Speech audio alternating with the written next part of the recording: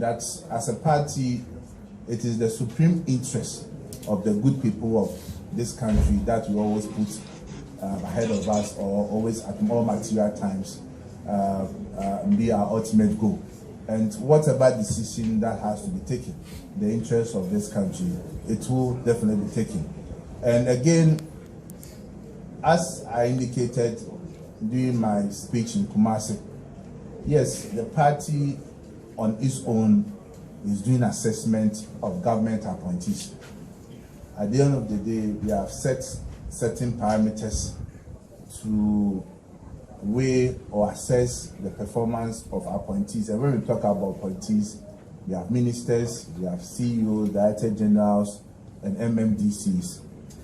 At the end of the day, all these people are there because the party won elections and the president shielded some of his powers to them. And if, as a political party, we are interested and we are serious of which we are in winning the 2024 elections, definitely we need ministers, we need CEOs, we need MMDCs who understand the plight of the good people of this country and is in touch with reality and are willing to serve the good people of this country. So we are doing the assessment, and once it's done, fortunately enough, myself and National Chairman sits in cabinet, and where we have to push and make a strong case for certain people to be moved, certain people to also go and rest, the party will not shy away from it, and we will do so. Sure. And whatever decision that comes out to, we let the Ghanaian people know about it. Then on the issue of debt restructuring, and it's a bit delicate, and as a country, this is not where we would have loved to be, considering what is happening, and some of it too, we cannot be blamed because of the global pandemic, as we are aware. These are all tough decisions that as a government and as a nation we need to find a way around. And I know that the finance minister and the finance ministry have scheduled a date to engage all these important stakeholders. So let's see how it goes. And I know there will be an amicable solution or way forward once the meeting comes on.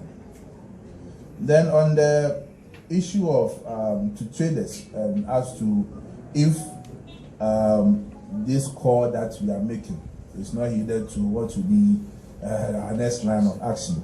Certainly, we have the Ministry of Trade, and we have various trade unions, and as a party, we normally believe in consensus building and discussion. And when the prices of fuel came down, it took time before the transport union also reduced their fare. So it's more about communication. And I'm sure that everyone loves this country, and therefore everything that we have to do as a nation to make sure that at least we cushion the burden that we are all going through. We all should be on the same point to do it. So there will be more engagement, and I know it won't come to a point whereby the government will have to take certain drastic measures.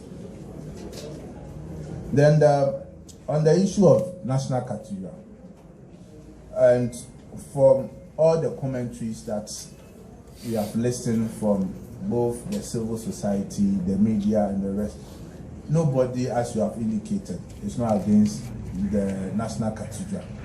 But again, we also know that as a political party, it was one of the promises that we made.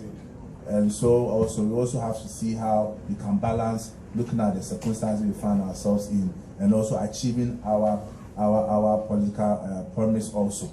And for us as a party, we look at the religious importance of having the cathedral, and also the potential funds that it can generate for us as a country.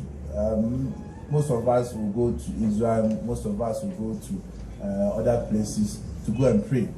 And what we are trying to do in this country is something that is unique.